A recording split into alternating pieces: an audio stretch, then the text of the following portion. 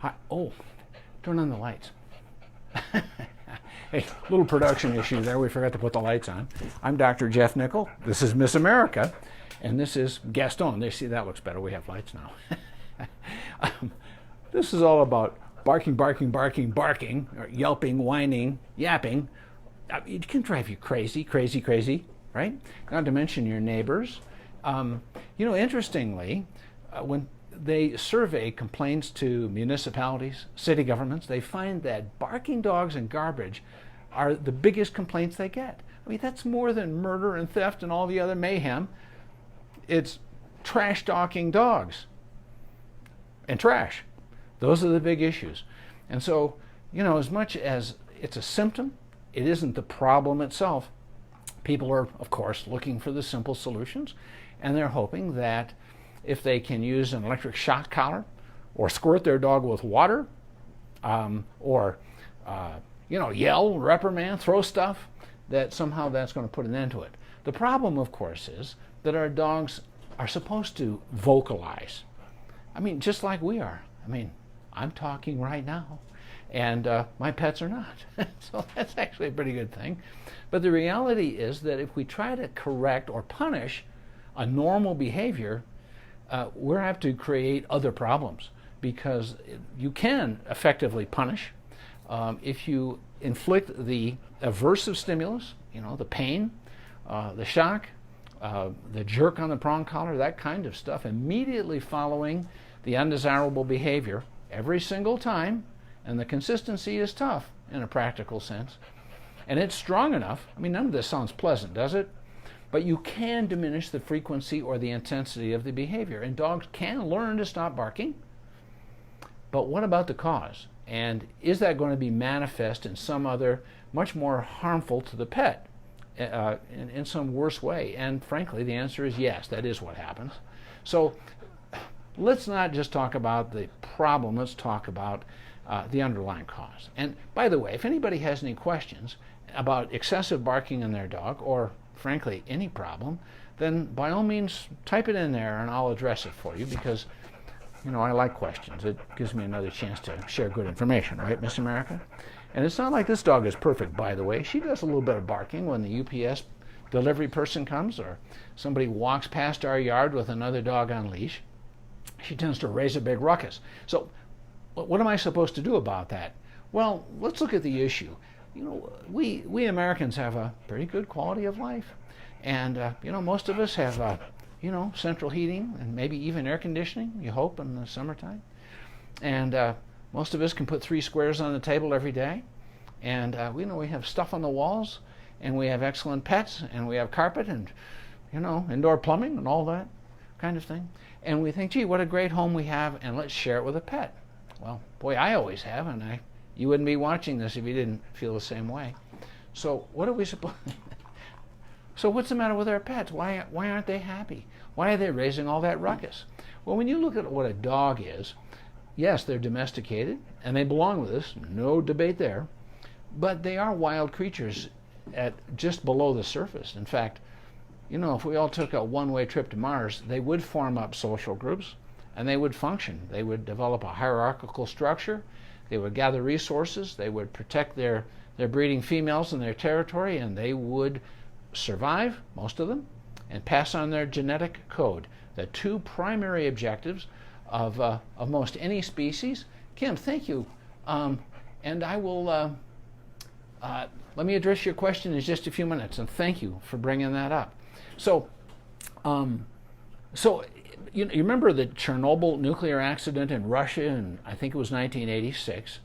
That was a culture where, like most around the world, spaying and neutering is not a big deal. They just generally don't do it.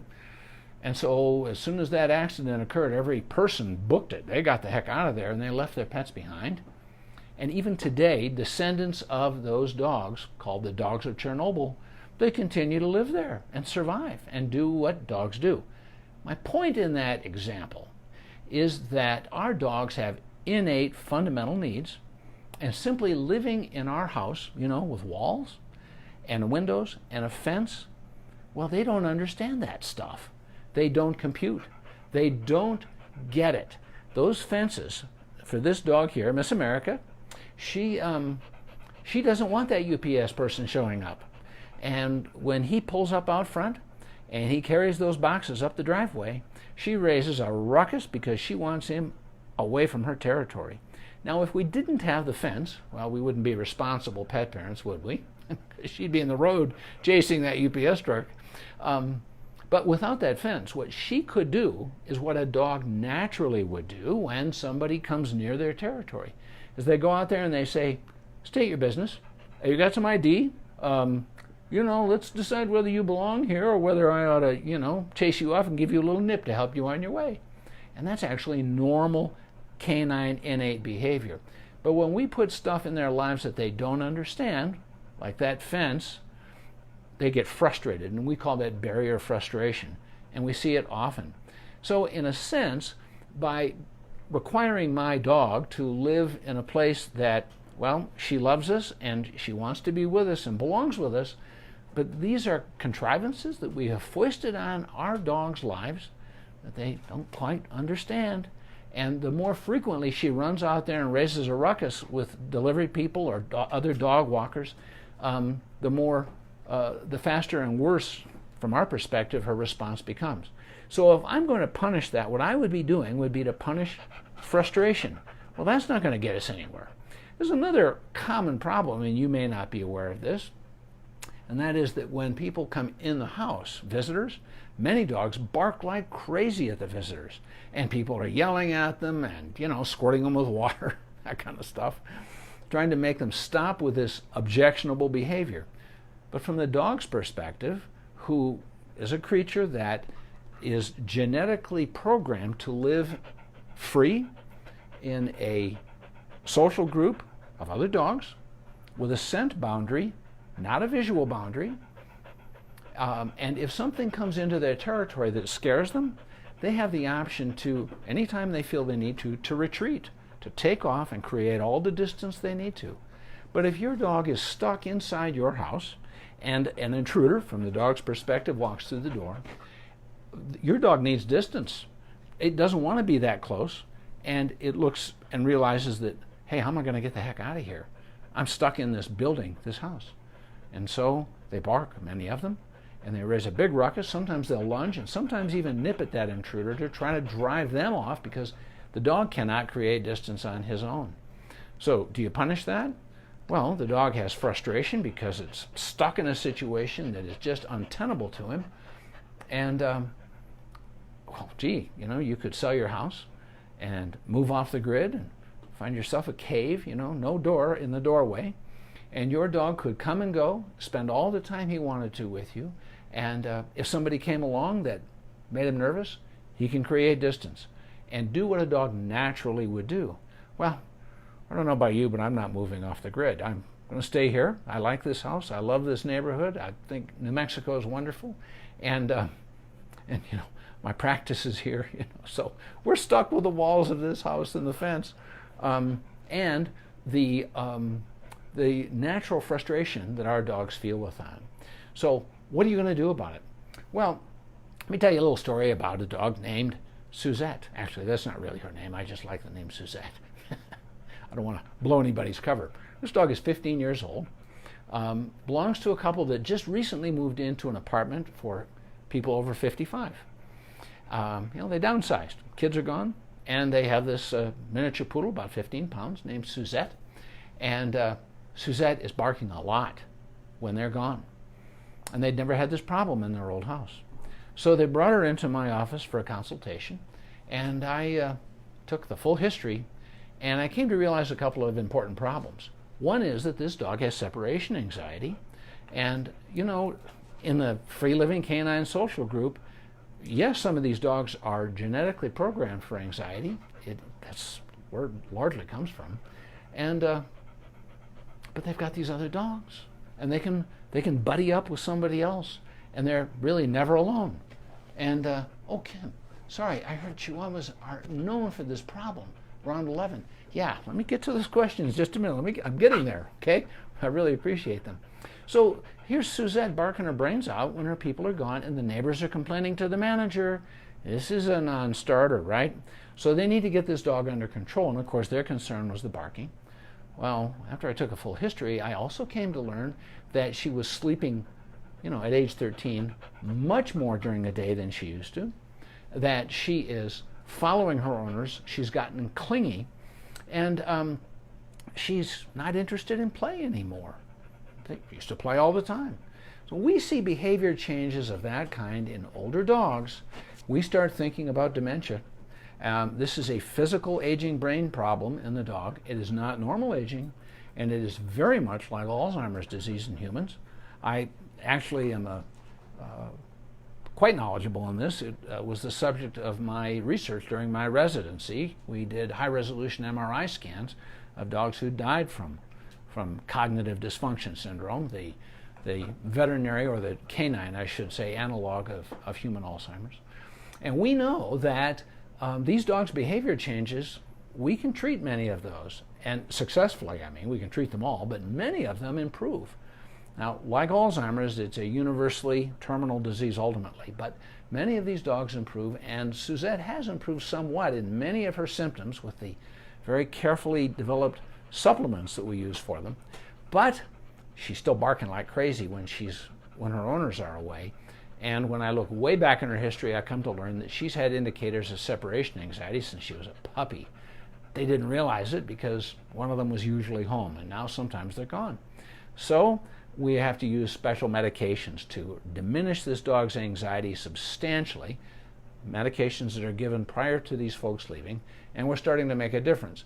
These can be challenging cases, and every barking dog who does it excessively is an individual case. But what I want to impart today is, don't punish the symptom, look for the cause. And you may need a veterinary behaviorist or a master's level or PhD level behaviorist to help you ferret that out.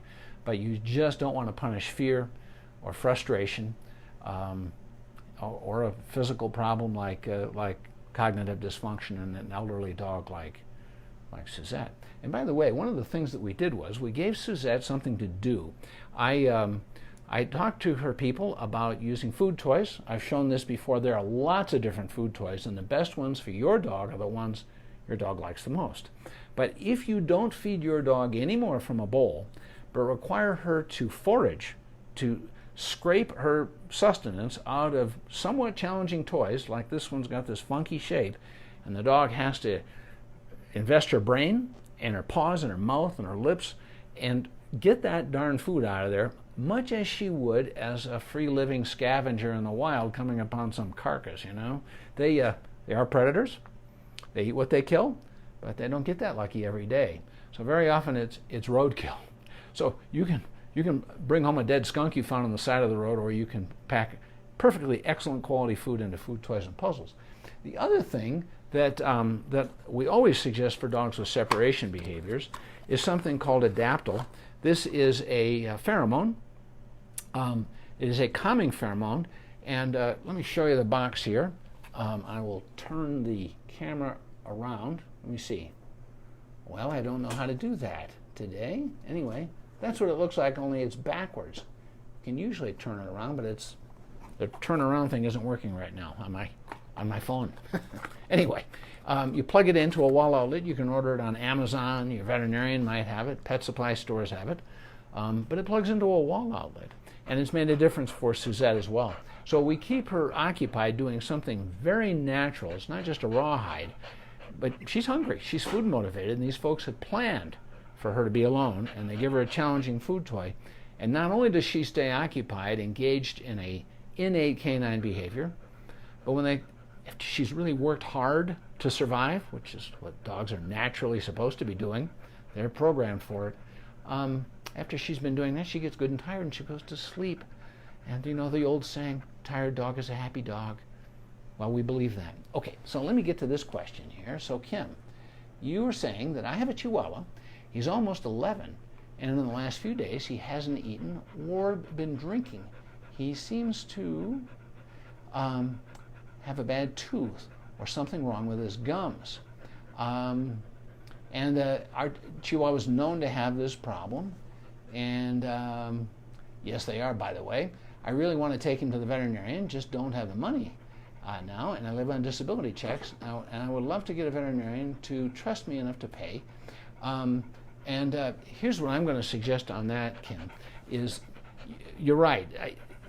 Dogs need dental care, just like people do, and when they get to the point where they are getting older and their teeth have not been cleaned on average, every few years, and as they get older, particularly with small breeds, they need it more often because tartar accumulates on the side of the tooth. I don't know, can you see Miss America's teeth here? Look at, I don't know if you can see that well. I cleaned her teeth several months ago, and she's starting to get just a little bit more of this brown stuff up near the gum line. That means we'll need to clean her teeth again pretty soon, because if we don't, the tartar gets underneath the gum line, and that starts causing chronic inflammation or gingivitis. We've all heard that term, and it allows bacteria in there, and they set up shop, and you get these chronic smoldering inflammations and really bad breath. And yes, it's miserable. The inflammatory byproducts from those chronic infections can end up elsewhere in the body, like the kidney tubules. They can promote inflammatory lesions on the heart valves. So yeah, that little Chihuahua of yours, Kim, needs to have his teeth cleaned. Needs a full exam to make sure there isn't something else going on too. And there may need to be teeth extracted, because by the time they're 11 or so, it's a very common problem, and it will certainly turn off their appetite. And that is an urgent problem. I would not waste any time. Here in Albuquerque, you can take a dog with a person who's in a low-income situation to the Animal Humane Association, and they have subsidized care, and they can help you out. So I would, if you don't live in Albuquerque, you can certainly check with your local Humane Association, but very often they're in a position to give you a hand with that. And frankly, I'm delighted that they're available. And I just realized how to turn my phone around, so I'm going to do that. There we go. There. That's Adaptil. And this happens to be a box for the refill. These things are good for about 30 days. There we go. They work best in a small room. So if you've got that kind of calming thing going and you have the food toy, your dog can feel a lot better while you're away. So, you know, the upshot of what I'm saying here is that a dog who barks excessively or frankly has any behavior disorder is just like physical symptoms of any kind, is that, yeah, you want to treat the symptoms sometimes. That's important. Not with punishment, but you've got to figure out why it's happening. But be aware that fear, frustration, anxiety, very commonly parts of the problem, and with an elderly dog, they get confused. So we want them to do well. And by the way, sometimes dogs who have separation issues and bark like crazy while their people are away, they do better in a doggy daycare situation. And if you want to find out what's really going on while you're gone, you can use a home surveillance camera. You can get these Nest cams for about $100 online, or you can just prop your smartphone up against a couple of books and take some video and come back in about 20 minutes. And most of the time, the separation-related frantic pacing, sometimes digging, chewing, attempts to escape, and barking are going to be seen in the first 20 minutes. And by the way, one last point on separation behaviors: don't crate them, don't confine them to a crate, because they tend to get a lot worse. Confinement is generally not our friend, and the more space they have to run around, the better. So that's what I have to report. And if anybody else has any other questions, by all means, type them in there if you've got a minute. I love to do these Facebook Lives because I love to share information on the well-being of pets, cats and dogs. And I'm planning one for next week. Most of the country is just, thank you, I'm getting some excellent hearts here. I appreciate that feedback, by the way.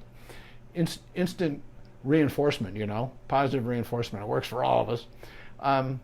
But next week I plan to talk about heat stroke. I mean, you look at the weather. I mean, if you live in North America right now, you're probably sweltering. And so let's talk about heat stroke in dogs. Cats seldom get it, and we'll talk about why. It tends to be a bigger problem in large breed dogs.